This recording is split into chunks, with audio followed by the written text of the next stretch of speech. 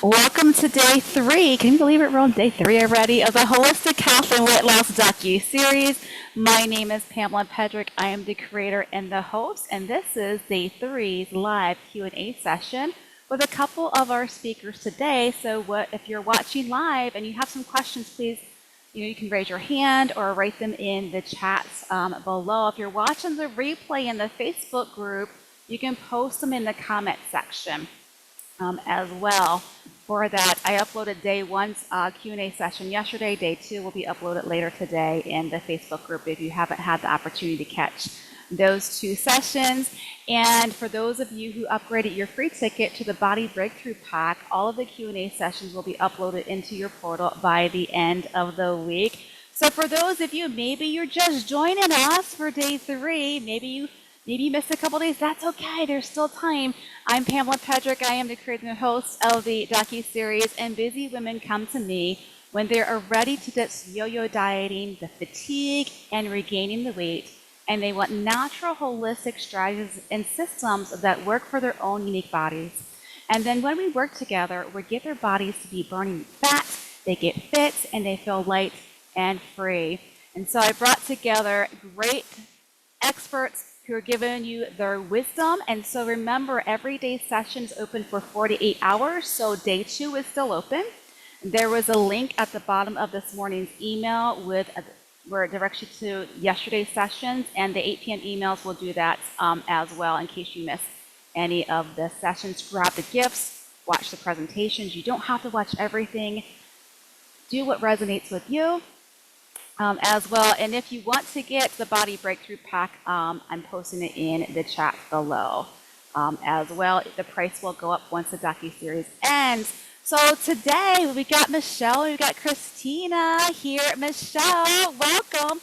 We're going to start with you. You can just simply introduce yourself, who you are, the work that you do. So Michelle's presentation is The Power of Pause, which will be aired tomorrow on day 4. Of the session. So welcome, Michelle. Oh, I can't hear you. You need to unmute yourself. Sorry about that. You're good. No worries. Can Yeti Boy say hi? Come on, hurry. Yes, I want to see. Hello. Good boy. Okay. He always has to check me out. We met last time too.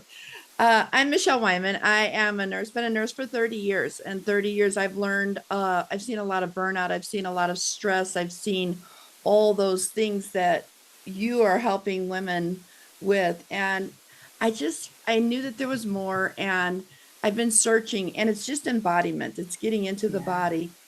And what I found works the best for me and for my clients is tapping, EFT.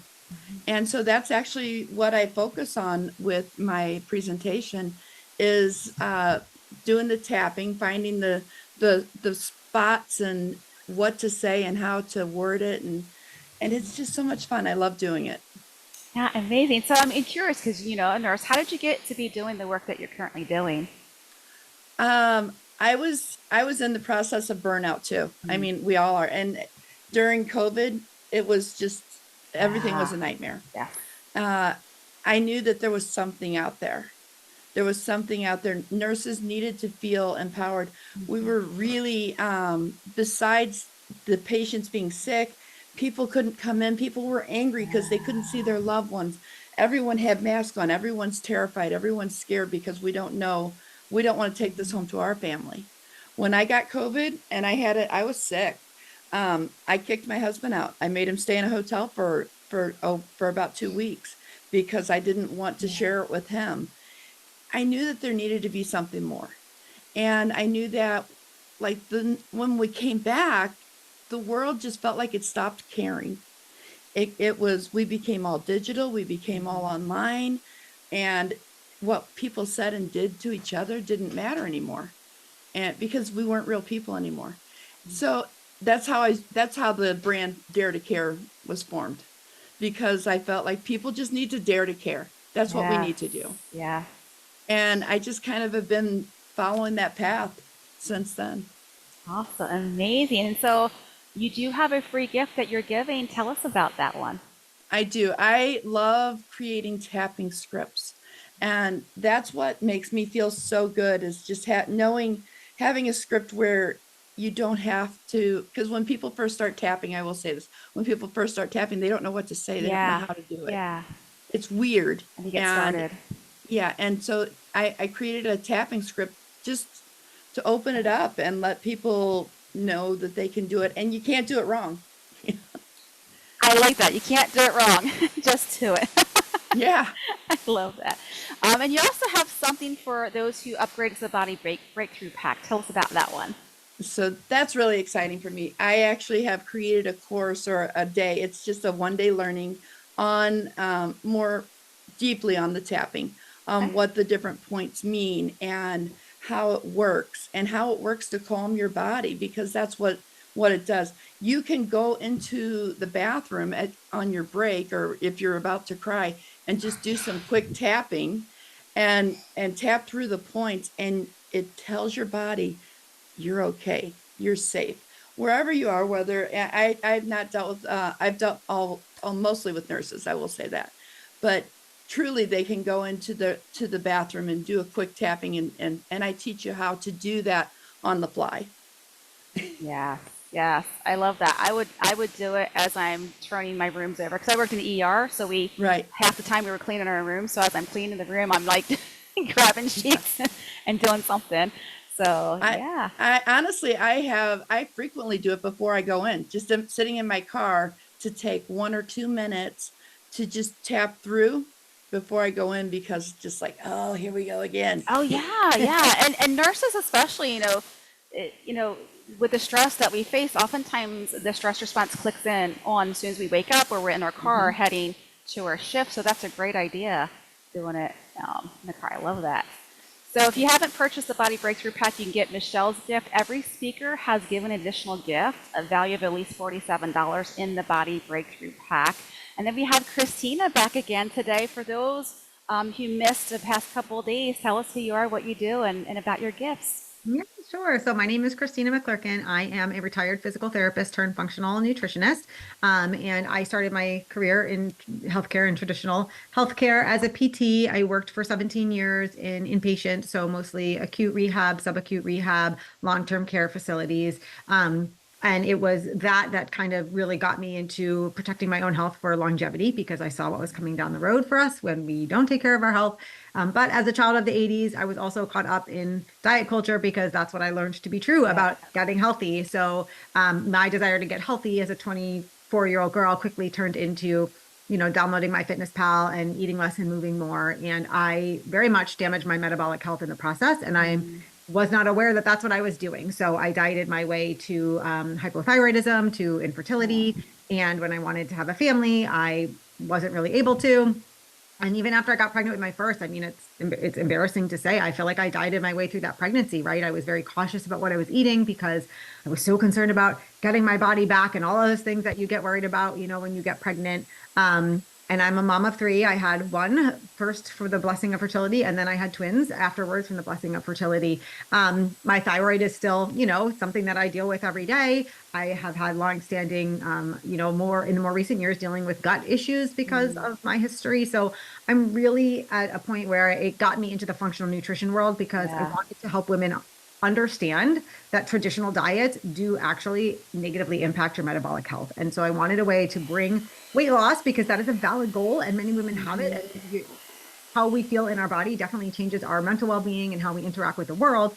But if not taught correctly, those shiny objects out there for dieting can really lead people down the wrong path where they think they're improving their health, but actually they're getting farther away from health. And that's what happened to me. And I want to prevent that from happening to everybody else. So as somebody Yeah. who worked in was traditional healthcare, it was very important to me to be a part of this because I know what it's like to get zero break or have to eat standing up or while you're doing patient documentation and that sort of thing. And now that I am on the other side, and yes, I work from home, I'm really passionate about helping women like that. I have a lot of clients who are either in healthcare or teachers, who are having their lunch break at 10 in the morning and trying to finagle like when to have food because they're not really their meal times and all that sort of stuff. And really think outside the box when it comes to weight loss and health, and really down to things like I'll talk about my presentation tomorrow, which is like how to eat, right? I mean, we're so worried about what we're eating. We're losing sight of how we're eating. We're losing sight of Yeah. how we're managing our stress, all the things that this whole series is about. So that's really what kind of got me there.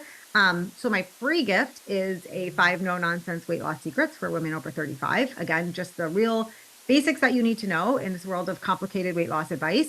So just things that are very true and proven over and over again in research to help women as your body tends to shift and your stage of life and demands tend to shift. And then my all access pass gift is a clean and easy no cook meal plan for busy women, because if you're anything like me, you're busy, and I also am a nutritionist who doesn't like to cook. Yeah. That was me. Not that I did. I guess it's not really I didn't like to cook. If I could not cook, like that was me because I was so busy. Yeah. Yeah. So I've since learned to love to cook. Like I really do love it now. And I get my workout. I get some workout and steps. I like dance. I do all kinds of things. So when people walk by my double glass doors, I'm like, hey, I'm just cooking. So yeah, so you can learn, whether you don't like to cook or you got your stress, stuck on time. Sometimes that fast food, that convenience is not going to be the best choice, and so you can do something with a no cook meal plan. I love that. Oh, and by the way, Christina is going to be aired tomorrow on day 4 when we go over mindset, meals, and motivation for tomorrow's session.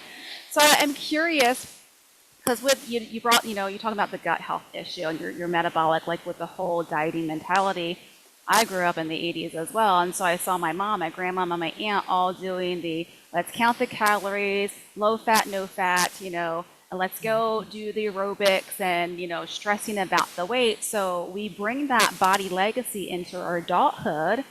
So we learn those patterns, and so I too had those whole dieting mentality as well, which led me into binge eating and the constant yo-yo dieting. Like it was literally like a second full-time job, I felt like, going from diet to diet to diet. When it comes to this audience specifically, whether you're a caregiver, a first responder, you're working in a, healthcare system, it's oftentimes we're the ones that say, yeah, I work that extra shift, or you're short staff, I'll come in. Or oh no, we're short staff. I'm one of 2 now instead of 4, and like when the crap hits the fan, so to speak. So I love with the the tapping. That's something you can do, right away, even if you have like 30 seconds, in between, because all of us we don't go to the bathroom, we just hold it in. It's like the last second. It's not the best, but those of you can all relate. Like there are some things that we have to do because we got to serve, our patients coming in. So I'm curious, what is one kind of non-negotiable for both of you when it comes to, either maintaining some boundaries or to help when you're like, I have to do this. There's no other way out of it, so to speak. Oh, your mic went out, Michelle. Doggone. I didn't want the kids were over here playing a little. So one of the things that I have worked on with several of my clients recently is taking out certain words. And so have to is one of the words that I take out. Can't, but like instead of saying have to, you say I choose to, so that you're not feeling like I'm making this choice, because we are still making the choice. Yes, I am here, and it was supposed to be my day off, and I'm really tired, and I have plans with my kids, but I didn't want you guys to be short-staffed. Management's blowing up my phone. But I'm making the choice because I actually don't have to come in. I actually could say, even on my days that I'm scheduled, I don't have to go in. I might lose my job. I might need to do something else, but I don't have to. I'm making a actual choice. And that's one of my big non-negotiables that's a big word that I take out. Can't, try, and have to are my favorite. Disempower and get rid of those words out of your language. Absolutely. And I know for me, I learned from one of my coworkers, one of my male coworkers, is I don't explain why I can't. Like when I'm choosing not to, I cut off. He was very, well, when I was asking if he could change shifts with me, and I was like explaining why, he goes, you women, you always explain, and I get that, but I just need to know what day it is, and I'll let you know if I can or can't. I'm like, thank you for that feedback. I love that. I won't. So unless they ask, I don't, I'm like, I don't explain. I'm like, nope. I will say as a house supervisor, I take the call-ins, Yeah. Call in. And they're You're like, on the other end of it. hi, it's Susie, and I work in this, sometimes they don't even tell me what unit they're in, and then I have to go through and find Figure all the out. Susies. But they give me this whole excuse exactly. And I truly, it's not that I don't care, but all I need to do is say, Yes. Susie's not coming in from this unit. And I don't need the explanation, because if you need a mental health day, just call in and say, hey, I'm not going to make it today. That's it. That's it. That's all I need to know. I don't need to know anything else.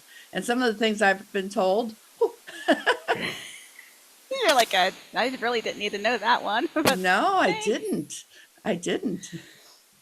Interesting. Well, thank you for that, Michelle. What about you, Christina?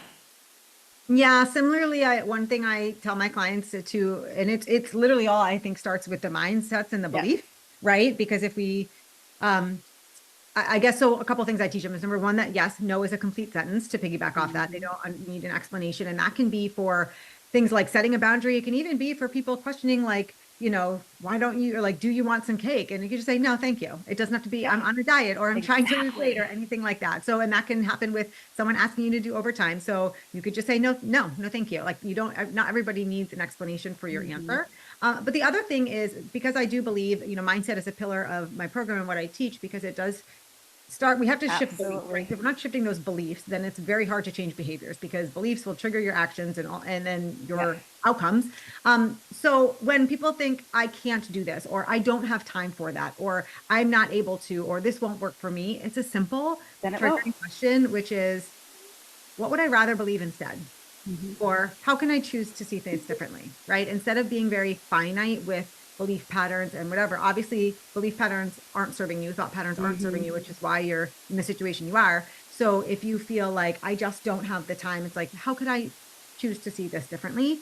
And then it opens up your mind, right, to the opportunity, because your brain will answer the question that you give it. So if you're asking, why is this so hard? Why is this impossible for me? Why is X, Y, or Z? Your mind will seek out all the reasons why you can't, why it's hard, why. Yep, your subconscious mind says yes to everything. Yes, right, it's hard. yeah, Yes, you can do and it. that's the other Yes, thing. no, you can't. Yeah, that other idea that when you're saying yes to somebody else, you're saying no to yourself. So every time you're saying yes to someone else, you have to decide, is this worth saying no to the goals that I have that I'm now saying I don't have time for, or I can't put effort into? So I do believe that really any physical transformation has to be preceded by mental transformation in order to make things happen. We all have 1,000 people tugging and pulling at us and wanting of us, but we have to recognize that when we say yes to them, we're inherently saying no to ourselves. So make a list of the things that you're wanting to say yes to yourself for that you just haven't had time for. Have that in front of you, right? And then that way you're able to set boundaries. If you had a time to go for a walk, or time to sit down and have a meal, and someone says, but can you, but could you? It's kind of like, here's my list of the things that I said. So yes, I'm choosing to say yes to them instead of myself, or I'm actually going to choose to say yes to myself instead of that demand or request.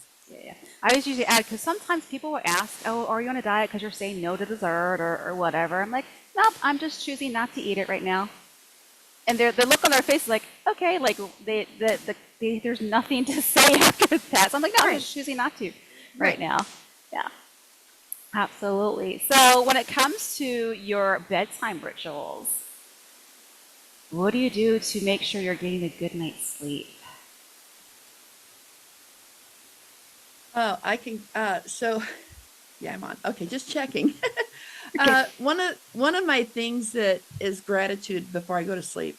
Right next to my bed, I have a little notebook, and I write 3 things that I'm grateful for today, just 2 seconds before.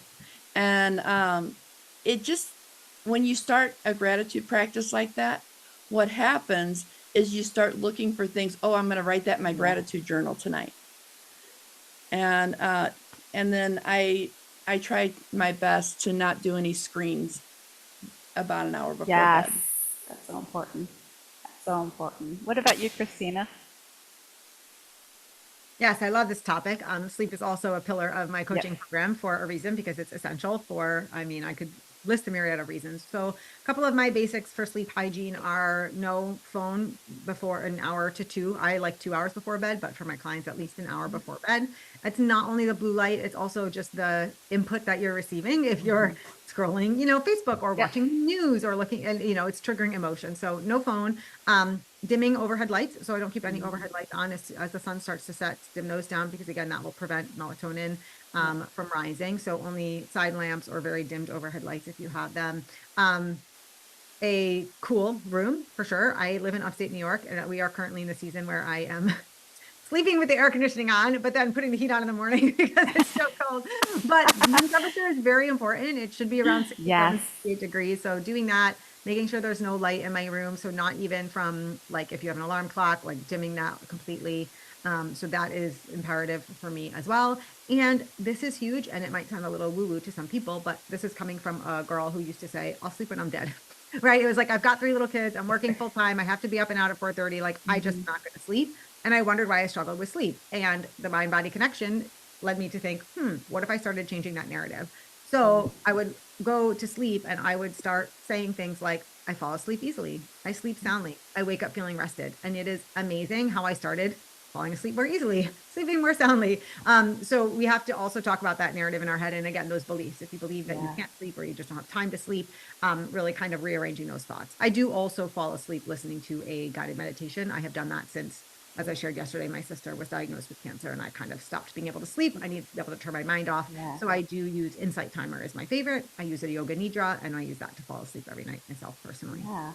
Awesome. So I too do a power down hour, like get off the electronics. I don't really watch a whole lot of TV unless sometimes just background noise, but no electronics an hour before. And I liken it to, when you have kids, you kind of do this naturally, right? Bath time, read a story, like you're decreasing stimulation, or most people do. My brother would used to play with the kids right before bedtime. Anyway, but it's like a natural progression. Like we as adults need the same thing. We need to power down and get our bodies ready to sleep rather than just jumping right into bed and expecting after a busy day, everything's going to calm down and we're going to get to sleep a whole lot better. I too do listen to a guided meditation. There's lots of good ones on YouTube, so I'll just put on YouTube. And a lot of them will have the blackout screens too, where you can't see anything. And I wear an eye mask, also known as a washcloth. Like I just put a washcloth over my face, over my eyes, because it completely blacks out everything. And when I started doing that, oh my goodness, so much better. I didn't realize how much of the light was getting in for me when that happened. And if I have difficulty sleeping, because sometimes either excitement or things going on, I'll do breath work just to make sure I'm out of a stress response. And usually as soon as I start doing that, I'm like, oh, I can feel myself. I'm getting ready to fall asleep. Because like your sleep is so essential. It's not just energy, but it's all about your metabolic health and your cortisol and your hormones. So highly recommend, if you guys aren't doing it, do like a power down hour, decrease your stimulation as well. Love the conversation. So Can I ask go a ahead. question for Yeah. you too? Sure. So I work nights about 50% of the time. What suggestions do you have for people who are doing shift work like that for sleeping? Because that's Yeah. when I do struggle, to be honest. Yeah, so there's a variety of different things. You just kind of, find what works for you. That's where I use magnesium as well, 30 minutes per bedtime. I take some magnesium. I have also added in GABA, because with being perimenopausal, I'm starting to know my change in my sleep habits, a little bit of anxiety. I've actually added in some minerals, a lot more minerals into my water as well, like magnesium, chromium, selenium, zinc, and I've noticed a big difference with that. But magnesium is usually my go-to. Ashwagandha, if I feel like I'm stressed, but get in bed within 30 minutes, that's an adaptogen. So when I haven't done that, I'm like awake because it adapts to you. So it thinks I need energy because I'm not in bed within 30 minutes. And the couple of times I've done that, I'm like, I didn't get in bed. It's all right. I'm not jittery, I'm just wide awake. With that. So those two really help, but it's power down, blackout, like blackout curtains if you need to, but the room completely blackouts.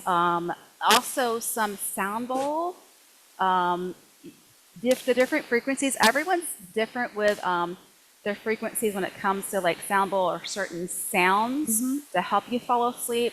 So sometimes I'll put one on and I'm like, oh, I get this little, and I have to change it, and then it's the hertz. For some reason, certain higher, I don't know if it's high or low because I don't look at what it is when I play it on, but sound bowl. Sometimes, I mean, I'll go right to sleep if it's a good sound bowl. And it's interesting. I don't know who this guy is. I just go through YouTube and I just look, sound bowl. He has the purple ones, and I'm like, well, no wonder it works because I love purple. Right. I don't know. I just kind of was chuckling about that. But there's a variety of different things, and sometimes I'll add on, for what I need. And I don't do ashwagandha all the time. I don't do GABA all the time, but magnesium is always because I need more magnesium than the average woman. So I usually do that, but power down definitely. Journaling. I'm not one to journal. I'm more of an inspired journaler. So I'll journal when I'm inspired, but breath work as well. That's a great question because I used to work shift work. And then it took me 3 months to adapt when I switched to days. My body was so used to that schedule, and it was difficult because this was back in before I started my health and wellness journey, where it was very difficult for me to fall asleep. And then you wake up, you're grabbing the caffeine. I had a coworker who would do the no-dose to stay awake, and I'm like, do you ever sleep when you get home? Oh, no, I'm fine. And so sometimes what we do is not the healthiest to get through. Because that 3 p.m., 3 a.m., 4 a.m., like not enough torn when everything settled down. Oh yeah, that was the worst. I'm like, it must be 3 o'clock. Yep, it is. I'm not. Yeah, that's actually when I do my rounds, because I tell people straight up, my nurses, my staff, I'm like, the tireder I am, the more you're going to see me, because I don't do any caffeine after midnight, just so that when I get home at 7, I have a chance at least of sleeping. Yeah, absolutely. Great question. Because, shift work, night work especially, nights are difficult. I liked working them because I could, do errands on my way home. Like everything's just opening up, but I feel go home, get a little something to eat, use whatever, go to bed. That's the best time to go to the gym at 7 a.m. Nobody's there. I loved it. I'm like, I get my errands done at home. But but then I'd end up with 4 or 5 hours of sleep at that. It was Same. It was tough. But yeah, I do. If you can get yourself sleep faster, even if you have that 4 hours or 5 hours of sleep, at least capitalize on what you can get. Is what I usually tell my clients who work the shift work. I've worked a couple of like 10 to 10s and 3 to 3s, but it was the 7Ps, the 7As that were 3P to 3. It was a little difficult too. Yeah, for sure. And part of my problem is that they switch my shifts around. Yeah, because you can't get acclimated to. There's and even when I was on straight nights, I'm not gonna work. I'm not gonna stay up at night on my days off. No, that's silly. Yeah. I think another thing that's really important too, and you got to remember the basics, is like blood sugar balance, right? So making sure, and honestly, I find with night shift workers, I typically recommend fasting overnight when you're working. And I know that's hard, but because your body is set up to digest in the daytime hours, and same thing, eating within 2 or 3 hours of bedtime will disrupt your being able to shut down and relax because your body's working on digestion. So I typically will recommend actually eating, during the day, even though, so get your, sleep, and then have a breakfast, even if that's at 2 p.m, a lunch, maybe a dinner early in your shift, and then shut it down so that your body's not working on digestion when you're going to sleep in the morning. That is actually pretty important for anybody, whether you're working night shifts or even if you're awake. Just not eating within 2 or 3 hours of bedtime, making sure you're eating blood sugar balanced meals, because those spikes and dips in blood sugars are going to give you erratic energy. Yeah, that'll wake you up too. Yeah, they'll wake you up. Imbalanced blood sugar will wake you up. So that's for sure. And then also a brain dump before bed. I use this with all my clients, depending on when you're going to bed. But if you're coming off a shift, especially with like a day's worth of in your head, just keep a notebook, brain dump. Here's all the things I'm thinking about, stressed about, need to remember to do when I wake up, or on the agenda tomorrow. Just get it out so that your mind can relax as well. Oh, I love that. I've not tried that or the sound bowls. So those are really awesome suggestions. Yes, you got to find the hertz that's going to work for you. Yeah, that's just trial and error, huh? Yeah. The ones that they will specifically say sleep, but sometimes it's the hurts that I'm like, ew, it's not working, then I'll just change what it is with that.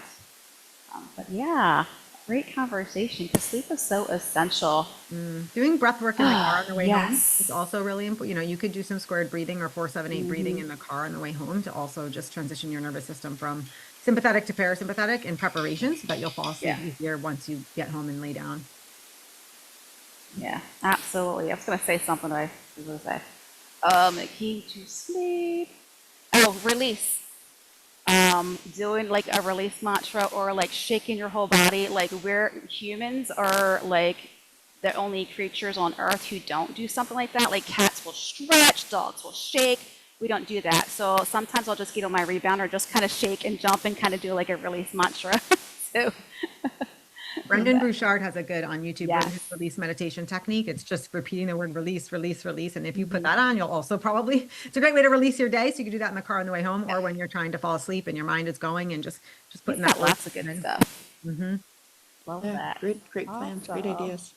Yeah, great question because I'm sure we have quite a few shift workers, night shifters going on. And even if you're a caregiver, so my dad, had a stroke in August, and I don't know how people who aren't in healthcare can manage Yeah. at home. God bless them, even with home health.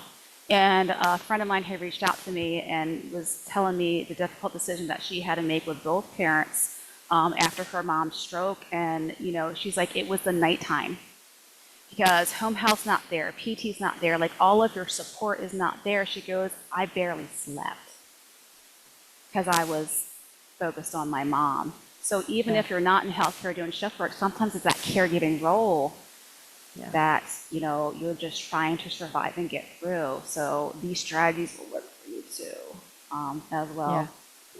Yeah, I have a similar coworker who her mom has dementia and she works all day and has caregivers at her home. And then she gets off at 7:30 p.m. and then she goes home to be the caregiver for her mom. And she actually was not sleeping at all. And she just came to work wild. And I'm like, to the point where I asked her, are you taking something? And she wasn't, but it was just the lack of sleep and the stress of dealing with that. Yeah, absolutely. There's a lot of people and there's caregiver roles anymore, unfortunately. And, I'm just glad I stayed here. I'm like, like, I'll just be here. I was at the hospital every day. I was like, and I was like, I don't know how people not in healthcare actually do this with all the medications. Because I know the meds. I know what I can do. I know the time frame I can give them if there's, all the things like for breakthrough pain and nausea and all this. And so yeah, it's a lot of, so that I was canoodling on how can I help with that aspect, like with that gap, help, fill in that gap. Because I'm starting to see it's such a need, when everyone goes home and you're here by yourself and you're helping to support. She's like, I have my kids, I have my family, and she was, because her dad's also wheelchair bound. So then her mom ended up being wheelchair bound from the stroke. Yeah, we had a good conversation about that. So we talked about sleep. We talked about your nighttime rituals. We talked about, your talks and your gifts. Any last word of wisdom or, what would you like to say before we hop off for the day? Well, as far as with the docuseries, please check out everyone's. I've checked out just at least check out every single person because it's so much fun just to see the things that I learned from the very first one. I was like, oh wow. And I've been doing this for a long time. I've been doing the holistic side and the nursing side for 30 years and for 7 years. And it's like, come on, this is so cool. Check everything out. Yeah, awesome. Thank you. How about you, Christina? Yeah, I mean, I just second that. Is the minute we think we know everything, then is the minute we stop getting progress, right? So always be open-minded to trying new techniques. And if what you're doing is not serving you, which is probably why you're here, right? Just being open to the information and I always say, take what applies to you, what feels good to you, Yes. and fine to you, and leave what doesn't, right? You know, one of my things is let research refine your approach, but not define it, right? So if people are sharing things that you're like, that just won't work for me in my life, like, you know that. But if you Yeah. also are spinning your wheels, trying things, and there's some ideas that are sparked that, like, yeah, I could try that, then do it. Because as we talked about yesterday, you know, implementation over information. So Yes. don't listen and not do anything, just do something with the information that you're getting. Yes. I often say we have an epidemic of information-itis. You got tons of information, but lack of implementation. So implement what you can within your life, at least get started somewhere, somehow use a tool, which is why when I spoke with those of us who were on the speaker panel, I'm like, I want help with them implementing to get a tool that they can utilize right now. So all the presentations that you need in the gifts, things that you can start utilizing right now in your life to start seeing results. Thank you so much, Michelle and Christina, for being here. A great conversation. We'll see you tomorrow, same time, 11 a.m. Eastern Time, for day 4 of the Holistic Health and Weight Loss Docuseries for our next Q&A speaker panel. To your health. Have a great day, everyone. Bye. Bye-bye. Bye.